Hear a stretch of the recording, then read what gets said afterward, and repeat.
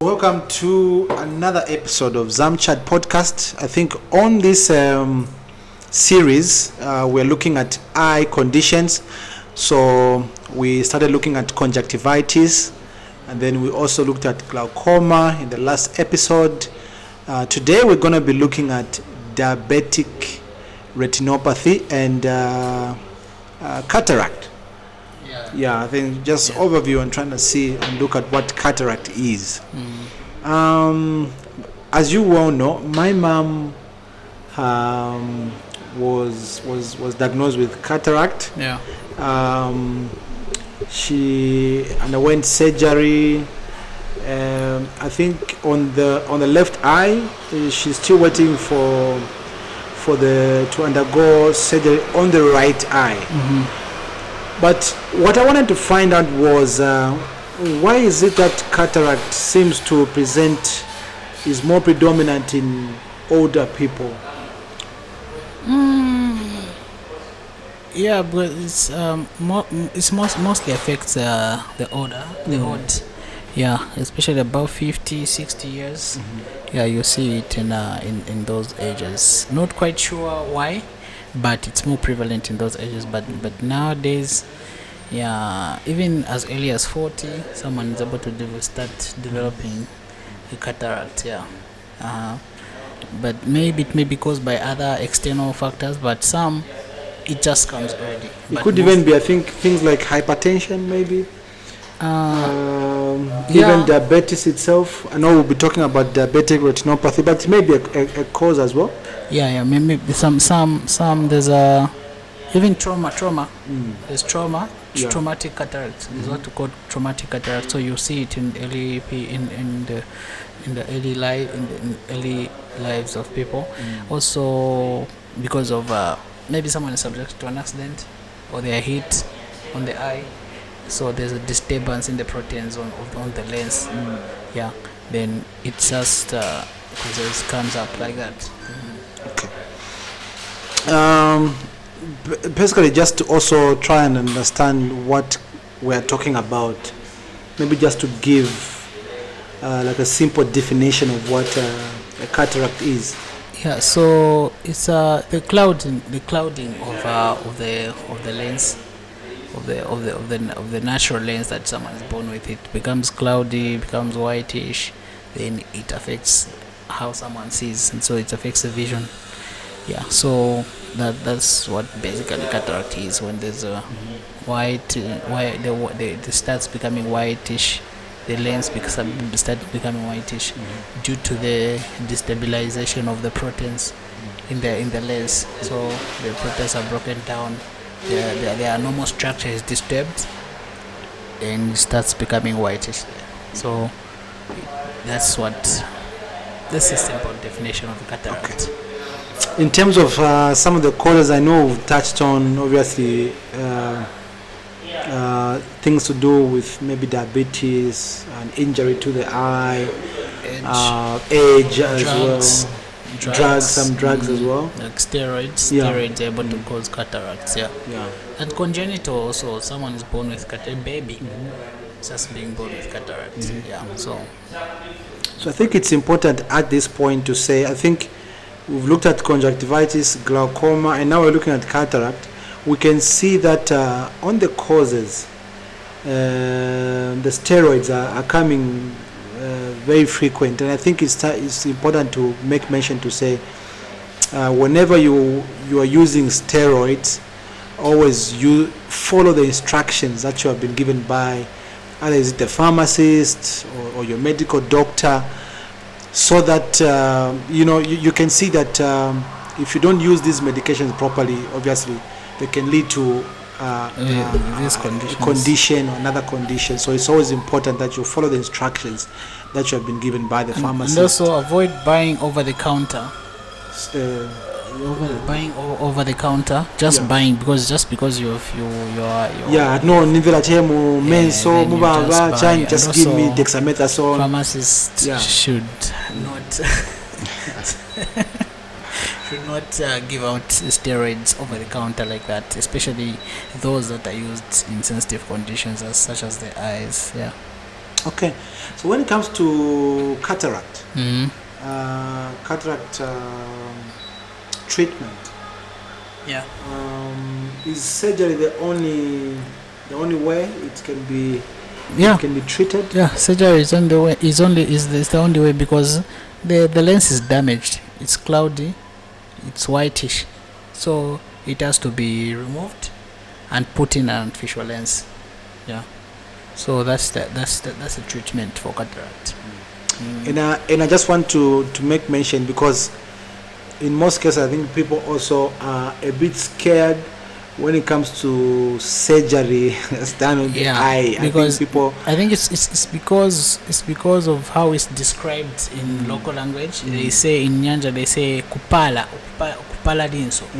Yes, so some people there's some misconception of no, they remove the eye, they put it on the table, then they work on it, that's when they put it back. But that's not the case. It's a simple procedure.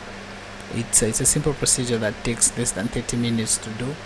Yeah. So and people should be they should be very much courageous to undergo these operations because they're safe. They're safe to undergo. Yeah, like I was saying, for me I've seen it because my mom's cataract was removed. Yeah. And it's a very safe procedure.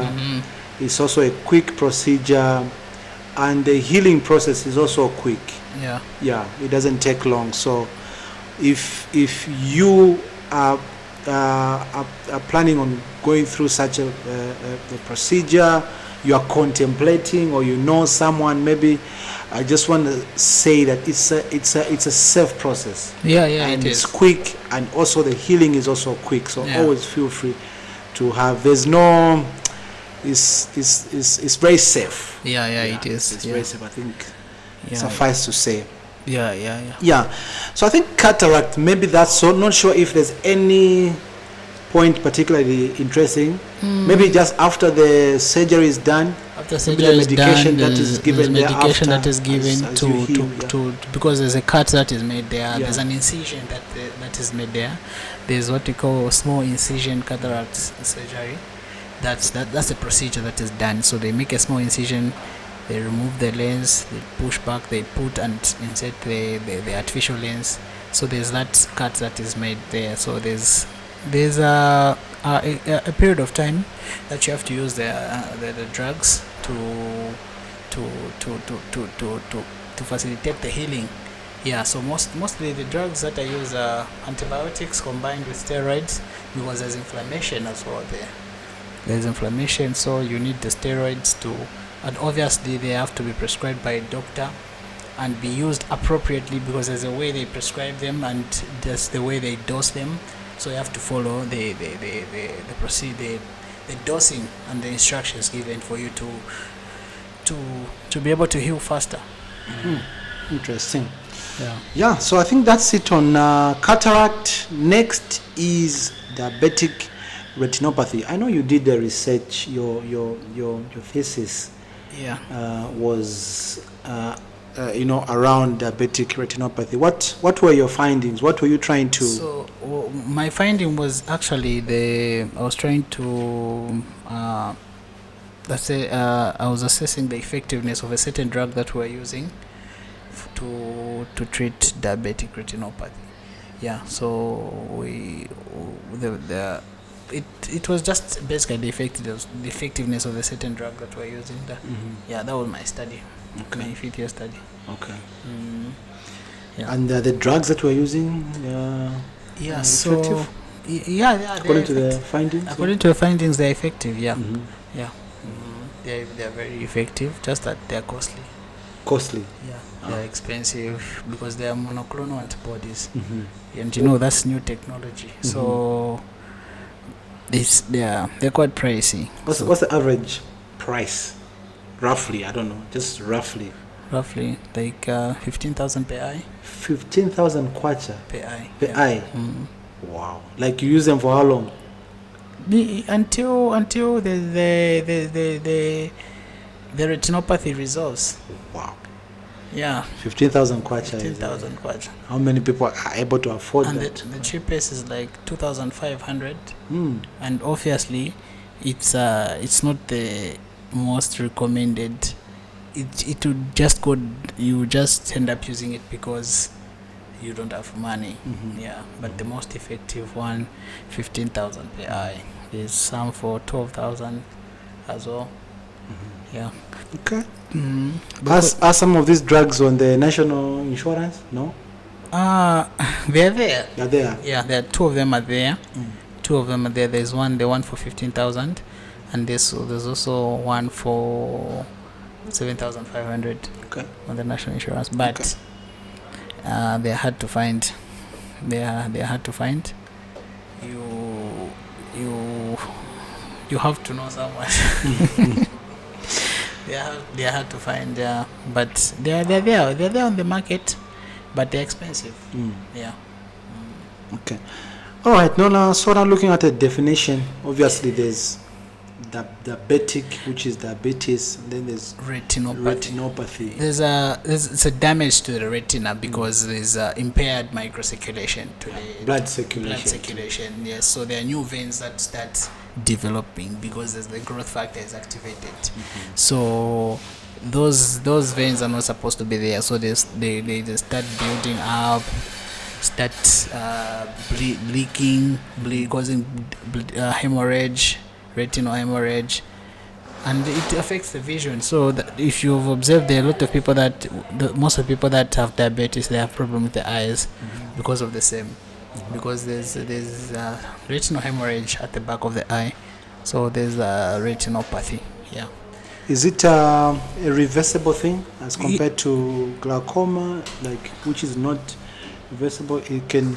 Diabetic retinopathy be reversed? Yeah, it's a reversible thing. So the first step to reversing it is obviously blood sugar control. There's blood sugar control. You control your blood sugar, and also there are drugs that we inject into the eye, the intravitreal drugs. Yeah, they are anti-VEGF drugs that we give to stop the growth factor. They inhibit the growth factor that causes the production of new veins. So the growth factor is stopped, then the new nerves stop growing, and it's able to reverse it and restore vision. For someone who's diabetic and maybe they're watching this episode and they are thinking, okay, they are a high risk of developing diabetic retinopathy, but they maybe don't know how to prevent it. What are some of the best ways to prevent diabetic retinopathy for someone who's diabetic? Yeah, like I said, sugar control. That's the number one prevention, and also it's also most of the people that have diabetes, they have hypertension as well. So they have to control the blood sugar. They also control the blood pressure. And also regular checkups, because the regular checkups are the ones that will show, okay, this person has retinopathy, and also because they will start experiencing the blurred vision, then when they do those regular checkups, they're able to do the scans on the retina. They check the leakages, and also the retinopathy is visible with those scans that we do. Yeah. Oh, interesting. Some of the symptoms also when it comes to diabetic retinopathy, obviously blurred vision, and also start seeing floaters. You start seeing floaters, smoke-like structures. You seeing smoke-like structures. Yeah. Those are some of the. And also blind spots. You are looking, you're seeing something, but there are certain parts of the eye that you're not seeing because there's damage to the retina. Yeah. In terms of treatment, which medications do we use in treatment? We use steroids, obviously. No, we don't use. We mostly the ones that I use are intravitreal injections. Yes, the ones that inhibit the growth factors. Okay. Yes. How about I read somewhere laser? Yes, laser. Laser what? Laser surgery or something? Laser surgery. Laser surgery is used Yeah, and also, but mostly they'll start with the intravitreal, the injections. Yeah. Those are the ones I was saying. No, they're quite they're a variety, but they're quite pricey. I think that's it on diabetic retinopathy. Basically just overviews and trying to maybe sensitize Yeah, people yeah, and yeah. trying to Yeah. spread So- one or two things in Yeah. terms of information. Not sure if we've missed out anything. Yeah. So the takeaway home message is that when you are diabetic or you know someone who's diabetic, ask them to do regular eye checkups. It will help them to prevent these other complications, because uncontrolled sugar may lead to a lot of things. There is delayed in wound healing. Those are that's where you find someone end up being amputated because they are the sore, but because there's poor poor blood sugar control, they end up their legs being amputated because there's poor circulation of oxygen to that part of the body due to poor sugar control. So if you know someone who's diabetic, advise them to do regular checkups, and also even eye checkups very important because of such complications as diabetic retinopathy. Yeah. All right, there you have it. That's another episode of Zamchat Podcast. That's from me, Joe Kanema, the podcast junkie. And me, Bright Malenga, the guy behind the camera. Bye. Bye.